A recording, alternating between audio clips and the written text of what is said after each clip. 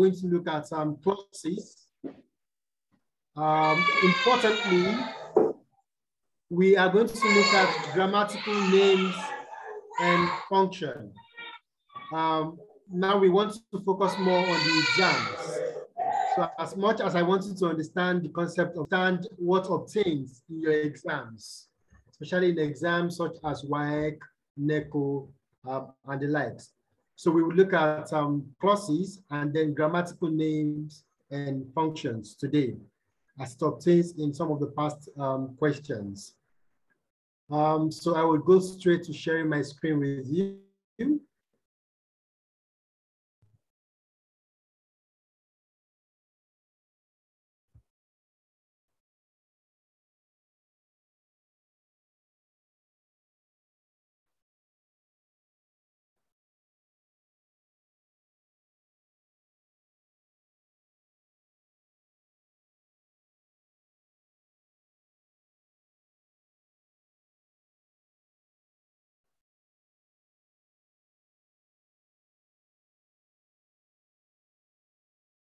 Hello, can you see my screen?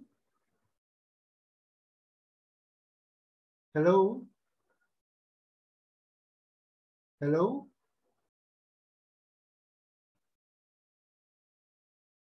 Can you see my screen? Yes, sir. Okay.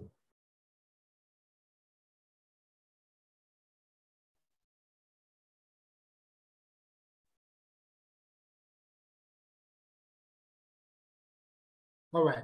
So we would consider grammatical name and function. And at the same time, we would look at clauses. So I want to cue. Excuse me, sir. Yes. Sir, please, I can't hear.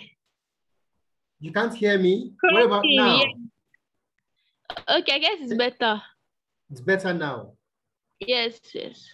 Thank you. You're welcome. Okay, so in our previous classes, I made that distinction between a phrase and a clause. And I said the difference between a phrase and a clause is the presence of what? A finite verb. So when you have a group of words without a finite verb, you have a phrase. But when you have a group of words that contains a finite verb, what you have is what? A clause. Is that okay? So today we look more into clauses. So let's begin with definition of a clause. Can someone at home please read? What is a clause? A clause is a group of words that are related and contain subject and a verb as well. See, the most important thing in a clause is that it contains what? A subject and what? A verb, especially a verb that agrees with that subject, which is a finite verb. Is that okay? That is just a simple definition of what a clause. A group of words that contains a finite verb. Okay? All right, so let's move on. So it can also be defined as a group of words having a subject and what? Predicate also. Okay, you know, basically a sentence is divided into subject and predicates. Everything aside from the subject beginning with the verb is what? The predicate. So it can be put up in this way that each sentence has at least one clause in it. Okay, we would explain more on this as we go on. So let's look at examples of clauses. Yes, sir. Okay. So please can go back to the first slide. This one? Yes, thank you, sir. All right, you're welcome. Don't worry, I'm going to send this material to the coordinator and then she will send to you. Is that okay? Okay, thank you. Okay, yeah, I'll send it to the coordinator. Or better still, okay, yeah, I'll reach out to you. Don't worry, I'll get to you. Okay, so let's move on. Examples of clauses is weeping is one clause because we have E, the subject here, and then you also have is weeping. There would be what? A verb phrase, and that makes it what? A clause. So you have the supporting verb is, and you have the main verb, weeping. All right. Another example is, I waited for her, but she did not come. Those are two clauses here, right? Okay. So you have, I waited for her is a clause. And then you have, she did not come, another clause, joined by a coordinating conjunction, which gives us a compound sentence. So this example here is a compound sentence. This example is a compound sentence. All right, let's take the last example here. My brother likes economics, but I like physics as I want to be an engineer. Now there are three clauses here. You have two main clauses and one subordinate clause. My brother likes economics is a clause. You have the verb likes, that makes it what? A clause. I like physics it's also a clause because you have the finite verb like, okay? Now, the subordinate clause there is as I want to what? To be an engineer. Okay, so you have three clauses in one there. Let's move on very quickly because of our time. This is really not where we're going today. So let's look at sentence structure. So clauses combine in different ways to form what? Different sentence structures. Is that okay? Now I'm going to list out the sentence structures that we have in English language so that when you write or when you read, you get to see these sentence patterns and you can identify them. So we have the what? The simple sentence, which is just one clause. So a simple sentence contains one idea, in fact, one finite verb, okay? So it is one clause. We call it the main clause. Simple sentence is the same as the what? The main clause. Is that okay? We also have the compound sentence. So the compound sentence is a combination of two or more simple sentences. So a compound sentence contains two or more simple sentences combined using a coordinating conjunction. And there is a simple definition for coordinating conjunctions. We call it fanboys. That's the acronym. Fanboys. F stands for A stands for and, N stands for no, B stands for but, O stands for or, Y stands for yet, and S stands for so. So whenever you see the conjunction, coordinating conjunction, any of the fanboys, you know you are forming a compound sentence. So let's move on. You also have a complex sentence. So a complex sentence contains one main clause, which is a simple sentence, and one or more subordinate clause. One or more subordinate clause to form a what? A complex sentence. And we also have the compound complex sentence, combining the compound and complex. In this case, you have two main clauses and one or more subordinate clauses, clause. So these are the sentence structures that we have. And as a matter of fact, we combine clauses to form these sentence structures. Is that okay? Hope I am not too fast. Hello?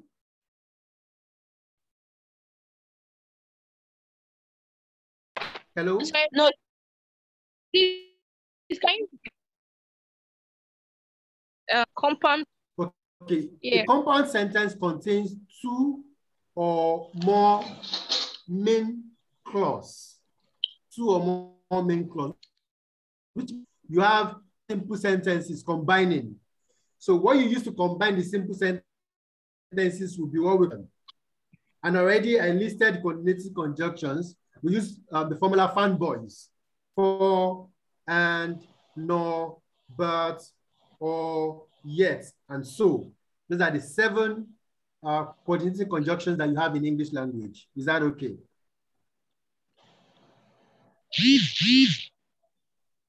Okay, can we move on because of our time? We have a lot to do today. Yes. Okay, so let's consider the types of what? Of clause. If I may ask, how many types of clause do we have? Any idea?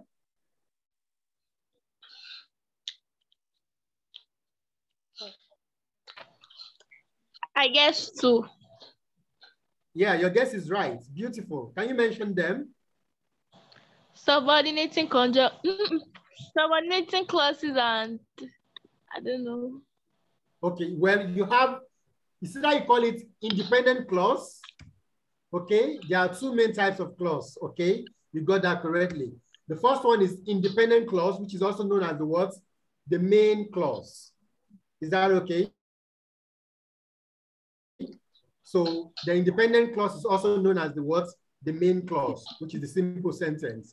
And then you also have the second one, which is the what? The dependent clause, or what we call the subordinate clause, as you said. Is that okay? So these are the two main types of what? Of clause. The main clause and the subordinate clause. So a main clause is a clause that can stand on its own as a sentence. The subordinate clause cannot stand on its own. It depends on other elements of a sentence for its meaning. Is that okay? So let's move on to the next slide. Let's look at the independent clause, which is the main clause. Can you please read?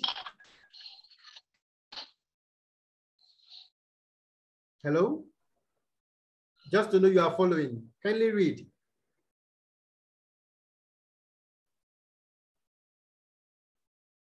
Hello, are you still with me?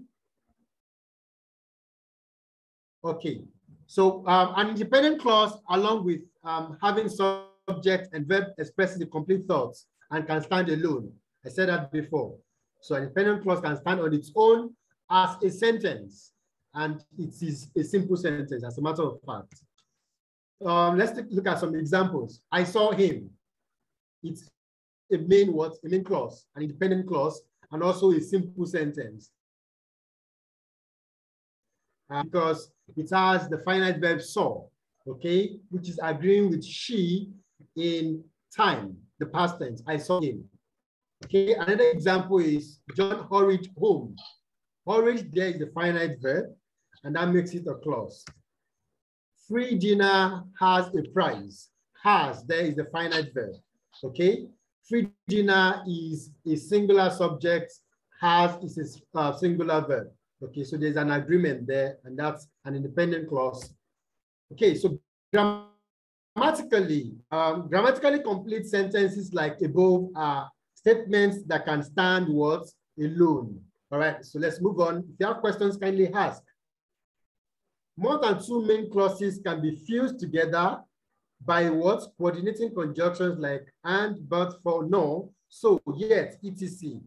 And by even using semicolons. So to form compound sentences, these are the coordinating conjunctions that you use, okay, to put two simple sentences together, and then you make them what? A compound sentence.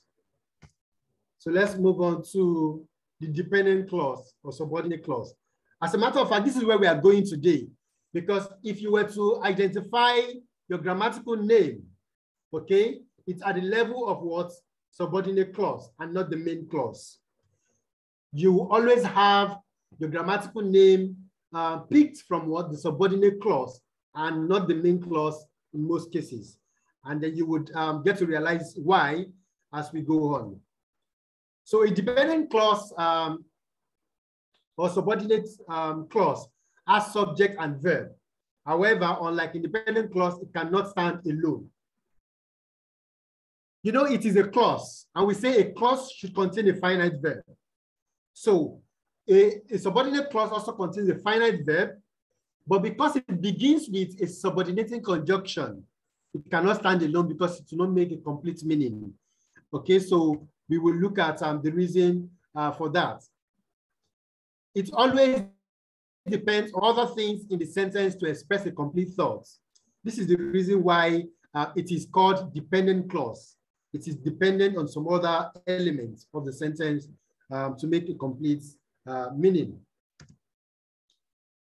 All right, so relative pronouns like who, whose introduce some dependent clauses.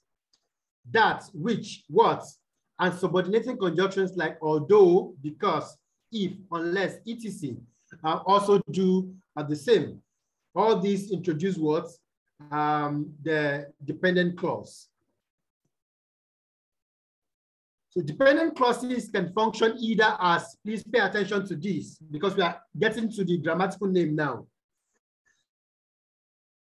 As a clause, noun clause, you can have an adjectival clause. You can have an adverbial clause in a sentence. So dependent clauses can function either as what? Noun clause, adjective clause, adverbial clause. Is that okay? Please, are you following at home? Can anyone still hear me? Hello.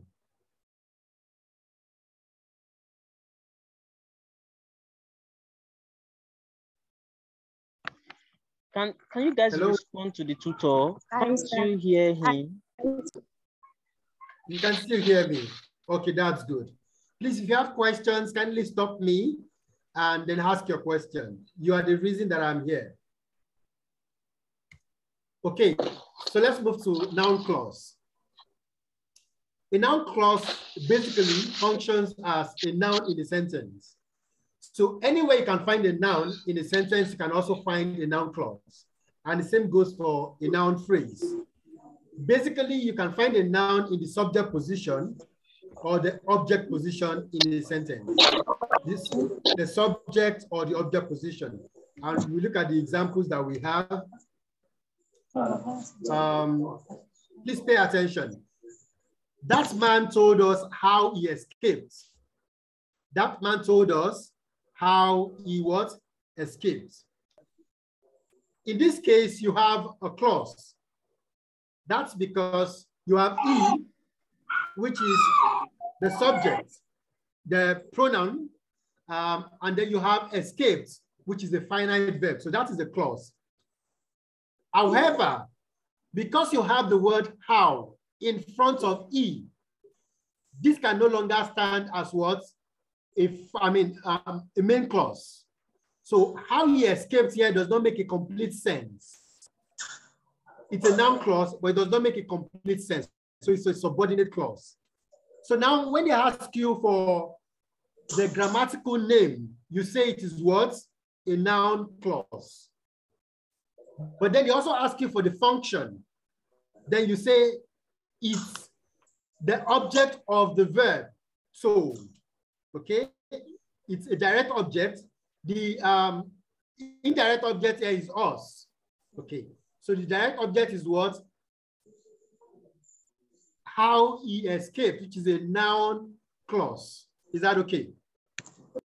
Yes, sir. So, okay.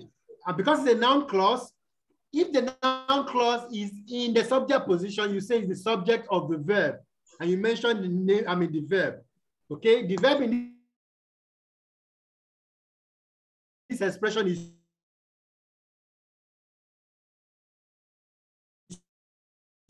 noun clause is told. Okay.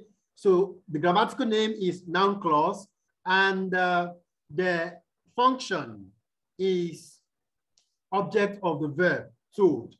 Let's move on to another example. What I want for dinner, a sandwich. What I want for dinner is what? A sandwich. You know, I've always said that everything that you have before the main verb in a sentence is the subject. So in this case, what I want for dinner is the subject. Is the verb, a sandwich is the object. So what I want for dinner put together is what? Is a noun clause. Because what I want for dinner cannot stand on its own as a main clause. So it's a subordinate clause. So what kind of subordinate clause is it? A noun clause. So if you have a question, what I want for dinner, it is a noun clause. And if you ask for the function, it is the subject of the verb. Is the verb that, in fact, that is how a noun phrase or a noun clause operates in a sentence. Let's take another example before we quickly move on. Give it to whoever arrives first.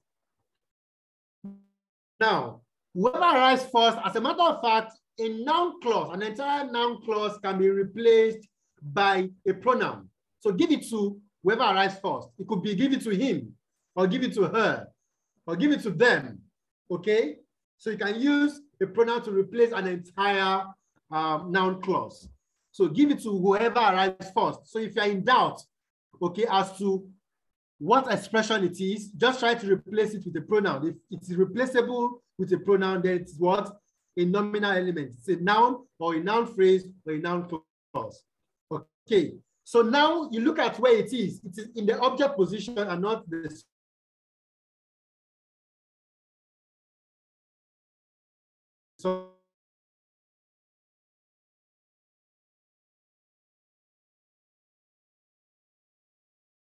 subject position. The function is what? Object of the preposition what?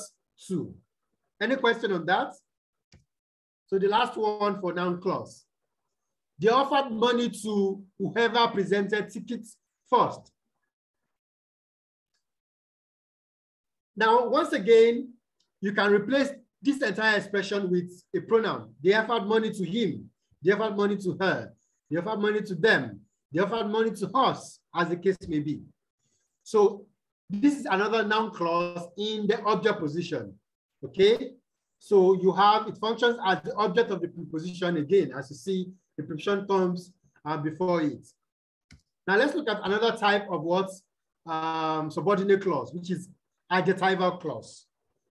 Okay, now an adjectival clause also performs the same function as an adjective.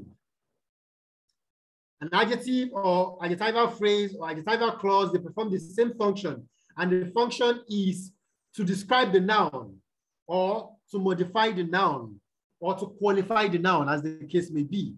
So when you say an adjective or an adjectival phrase or an adjectival clause in an expression, what it does is to tell you more, give you additional information about the noun or the nominal element. It could be a pronoun in a sentence.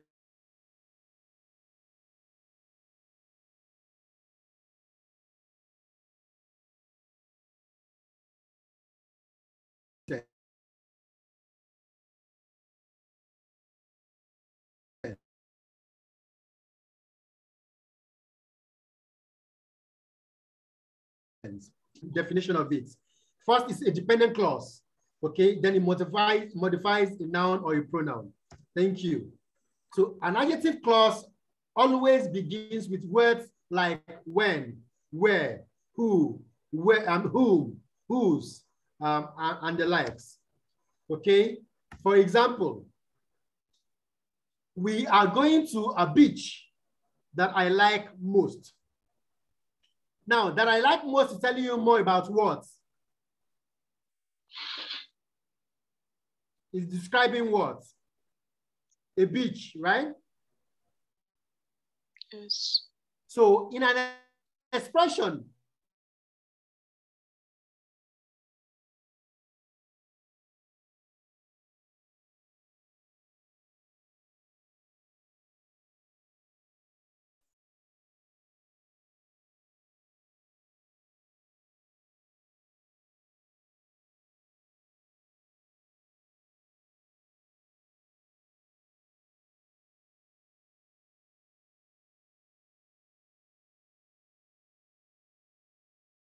and then like, subject is I, and the subject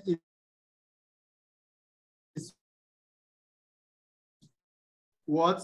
The grammatical function. Let's take another example. Okay. So an adjectival clause can also be called a relative clause if it begins with a relative pronoun. Now your relative pronouns are who, whose, whom, that, and the likes. So another name for an adjectival clause, if it begins with a relative pronoun, is what? A relative clause. So you may come across that. Okay, so the example that we have here, that I like most here, could also be a relative clause. So whenever you see a relative clause, it is the same as what? Adjectival clause, because what it does is to tell you more about the noun. Is that okay? So let's move on to adverbial clause, and then we take some past questions. Adverbial clause. So the same way that an adjectival clause modifies a noun, an adverbial clause will modify a verb. We'll tell you more about a verb or an adverb or an adjective. So most of the adverbial clause begin with what? subordinating conjunctions like unless, if, because, when, although, and the likes. Let's take an example. When volcano started erupting and throwing lava in air. You see, if you take this expression together, when volcano started erupting and throwing lava in air, does it make a sense? No, it does not make a complete sense. So it's a subordinate clause, but it's coming before the main clause, right? The main clause is we drove away as fast as we could. That makes a complete sense. And I said earlier that you can get a grammatical name, okay, from a subordinate what? Clause. Okay, so in this case, you have an adverbial clause because it tells us time, when. Answers the question when, tells us time. This is an adverbial clause of time. So if you were asked for the grammatical name, it's an adverbial clause. If you are sure of yourself, you can go ahead and say it's an adverbial clause of what? Of time. Then if you're asked for the function, it will always modify what? A verb or another adjective or what? An adverb. So in this case, it modifies the phrasal verb drove away. That is the function.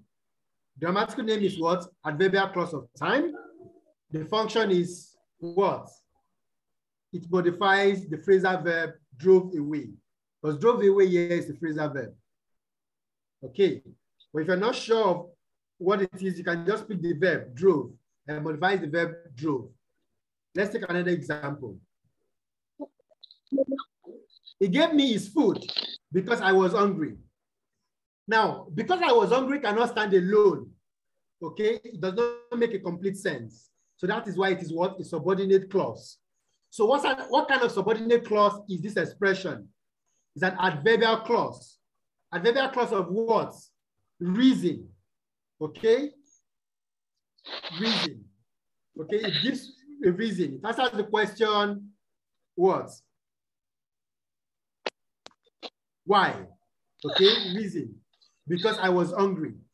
So the function is that it modifies the verb gave. Okay? An adverb, adverbial clause or adverbial phrase will always modify the what? The verb in most cases. Now let's take some past questions. So grammatical name is the name given to a word or group of words depending on its function and structure in the given clause or sentence. Whenever it is a single word, okay, your WASSCE question in this section typically asks you to state the part of what? Of speech of the word in question. So if you have just one word, all you need to do is tell us the part of speech. It is not a phrase or a clause. Just say it's a noun, a verb, it's an adjective, it's an adverb, okay? But if it's more than a word, then it becomes a phrase or a clause. It is usually underlined in the comprehension passage. In this case, you will have to state if the underlined word is a noun, verb, adjective, adverb, conjunction, or preposition, as the case may be. Now, grammatical name and function. On the other hand, where it is a group of words, the regular WASSCE comprehension question here is expected to ask for the grammatical name for the expression. You will have to be able to perform two separate tasks in order to get your answer correctly. First, you must ascertain whether the group of words is a phrase or a clause. That's the first thing. If it contains a finite verb, it's a clause. If it does not contain a finite verb, it is a phrase. Okay, secondly, you must be clear in your mind if that phrase or clause is adjectival, adverbial, or noun in its function. Now let's move ahead. Let's take some past papers. Now this is my first question. Are you ready to answer? Hello. Hello, are you with me? This is where we work together.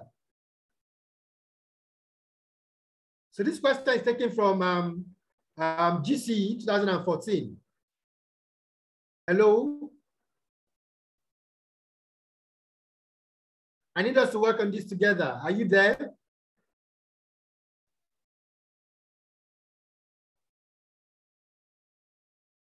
Hello? Okay, so let's look at this. Yes, sir. Okay, thank you. Let's look at this together. When they walked or swore, their mind showed a bright pink. Now the underlined expression is when they walked, when they talked or swore. So what?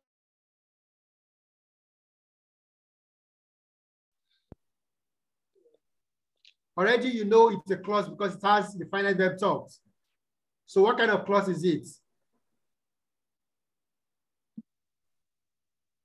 Is it a noun clause, an adjectival clause, or an adverbial clause?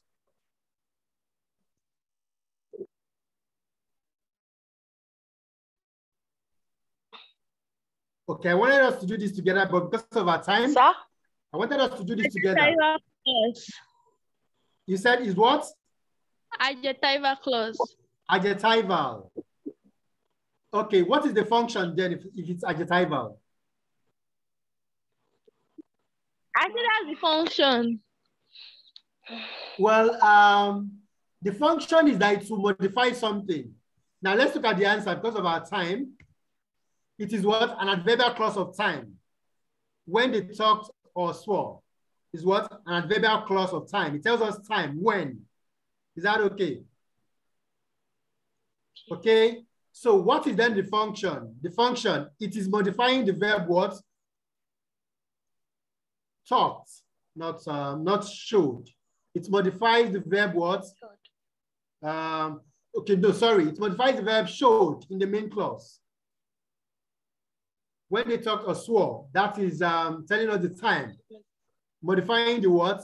The verb showed in the main clause. Is that okay? Let's move to another question. This is taken from WASSCE, June 2015. Not long after, the government official proclamation newspaper reporters had a field day.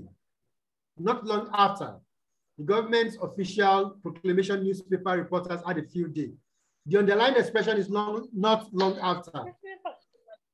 What is the grammatical name? Okay, because of our time, we have just 4 minutes. So the grammatical name is what? Adverbial phrase. It tells us time. Okay, not long after. Tells us what? Time. Okay, so it's an adverbial phrase because it does not contain the finite verb. Yes. So what then is the function? It is modifying the verb what? Hard. It's modifying the verb hard. All right, let's move to another question. After this, I may have to end this class, and then I'll send you this material by the coordinator. In the waiting room, he met other applicants for the interview, which had been slated for 9 a.m. Now, don't forget that which there is what? A relative clause. I'm sorry, a relative pronoun, introducing a relative clause. So I have reviewed the answer. So what is the grammatical name?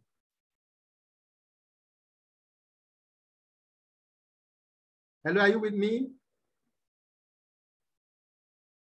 All right, so the grammatical name will either be a relative clause or an adjectival clause. They are the same thing, relative or adjectival clause, okay? And it is modifying the noun interview that comes right before it. Okay, let's see. Adjectival clause or non-defining relative clause. It modifies the noun interview. I'm not sure we can take a final one. Let's see. Let's take a final one. In Niger, for example, the absence of wetlands has forced the men to break new ground with a fish farming technique, which is proving very successful. The absence of wetlands, of course, you know, is a phrase because there is no finite verb there, and it's a noun phrase. So noun phrase, that's the grammatical name. And the function is what?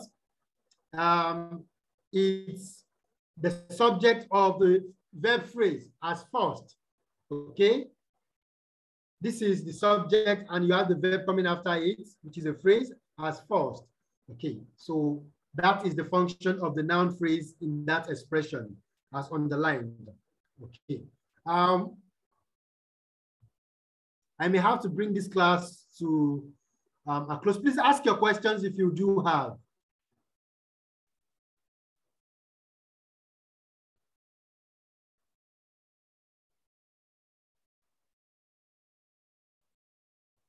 Okay, somebody just asked me to revise stress.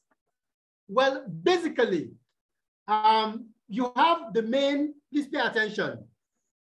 The syllable that has the longest vowel sound, the stress. The syllable that has the longest vowel sound takes the stress in any word, okay? When you have a word that has 2 syllables or more, you have the primary stress, you have the secondary stress, but the main stress is on the syllable that has the longest vowel sound. So I guess one of these days, after we finish this, we would move to some other aspects of your exams. Is that okay? I hope I have answered the question. Okay, any other question? So I'll do a proper class on stress as time goes on. So this question comes from Taiwo. All right, I'm going to stop sharing my screen.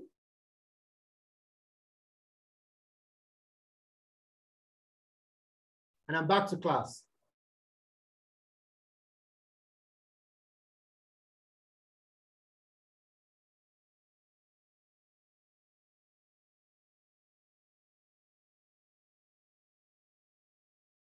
Any question, please? Do we have any question? Okay, so we'll continue with the English language class next week, same time, 8 p.m. on Tuesday. I want to appeal to us to tell more people to join this class. The more people that we have, the better. So we would be going into exam-focused topics as time goes on. So next week, we are going to have another interesting session. But meanwhile, I'm going to send these slides to the coordinator to send to you if you're interested. All right, so I want to say thank you to the Support Foundation,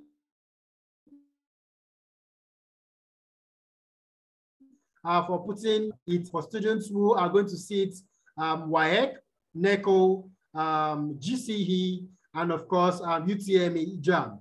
Okay, until we meet again next week, my name is Oladele Madamidola. See you next week.